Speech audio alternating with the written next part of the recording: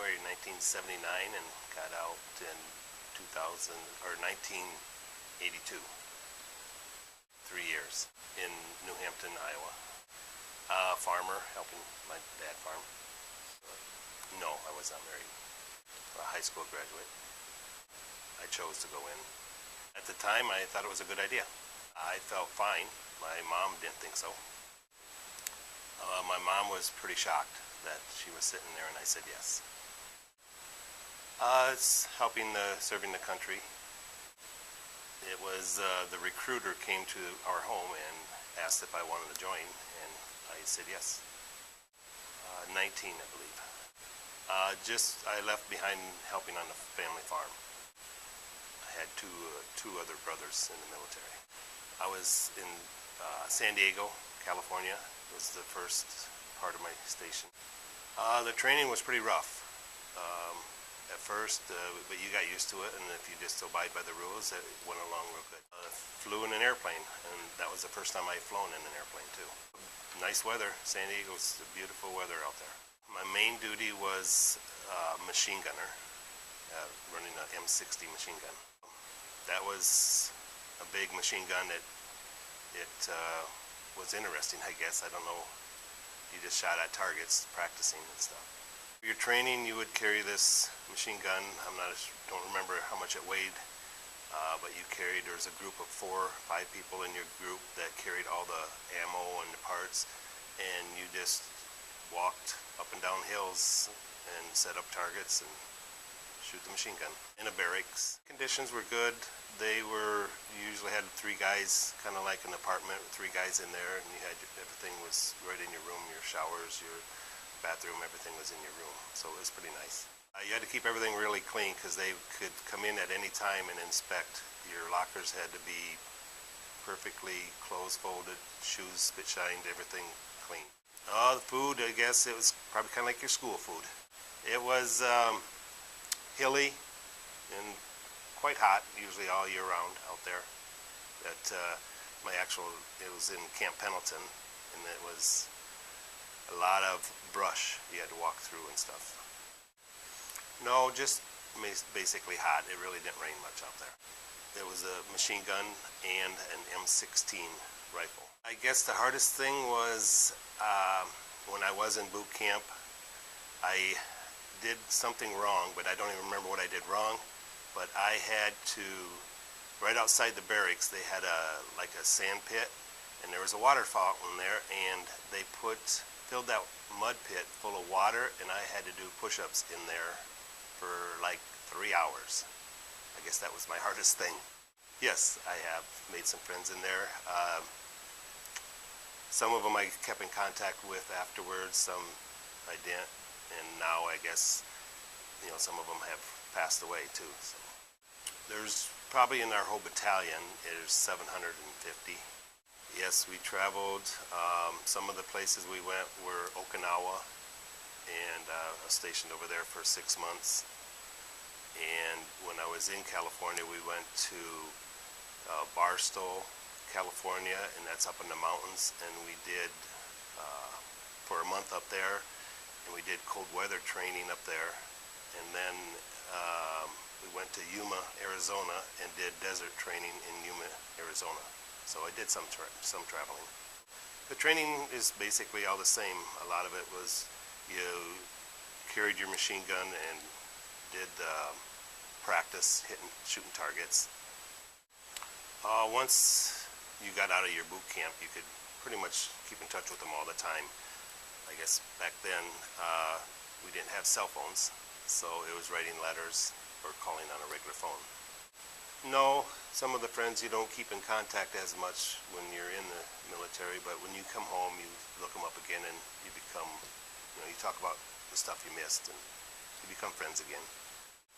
I believe fine. I guess there was no complaining or anything about it. I did fine. I didn't really miss them.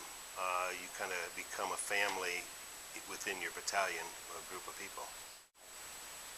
I guess Mom's cooking.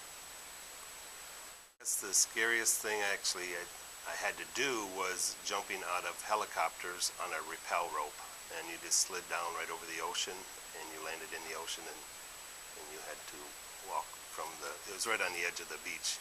So you landed in the water, and then you had to walk to the beach. Fine, everybody was so glad to see you. I mean, it was great. Pretty much, had to go find a job and start working. Some of them stayed in the military, and some of them got out, the same time I did.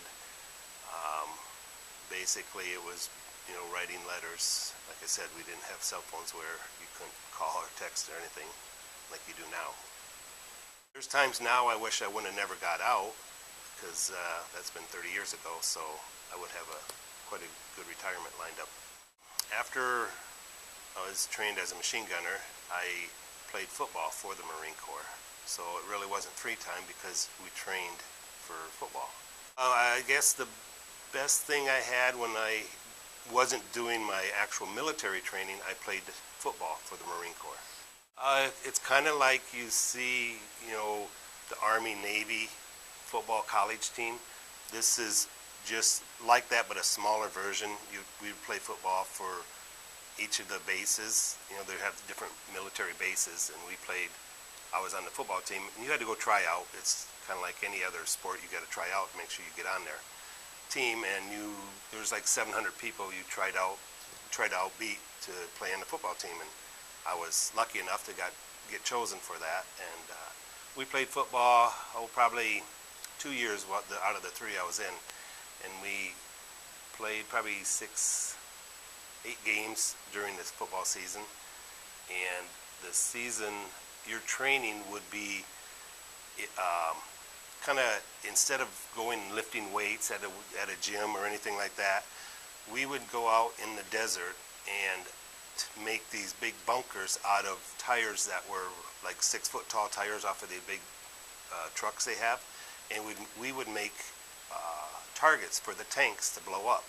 So our training was lifting tires and sweating a lot, building targets out in the desert.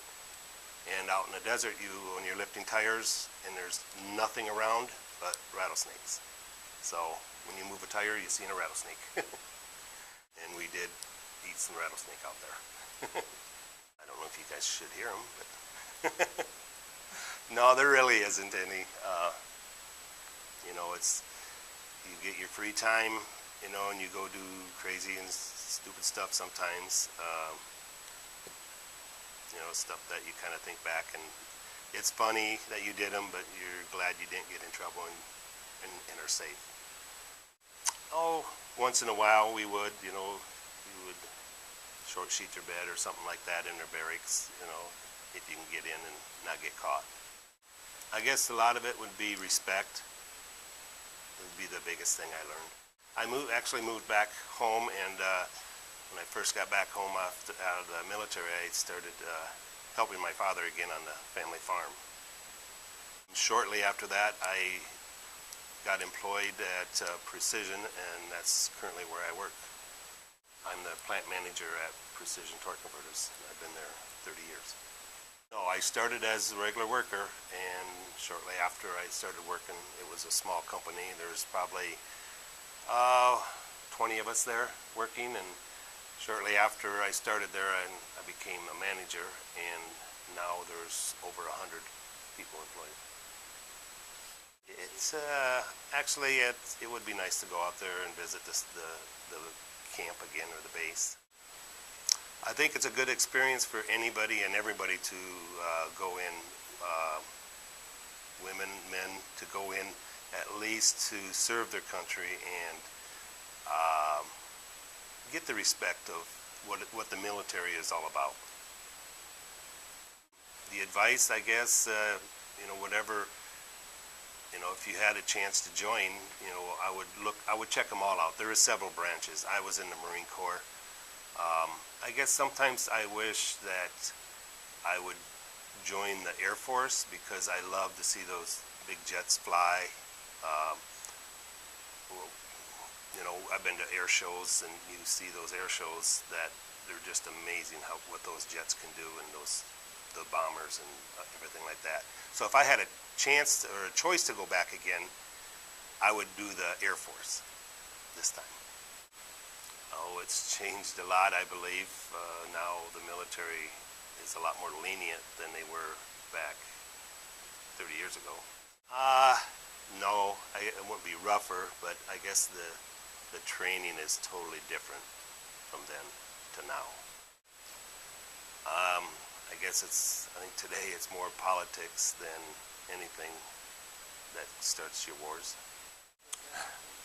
Well, yeah, I think we need to put a stop to that.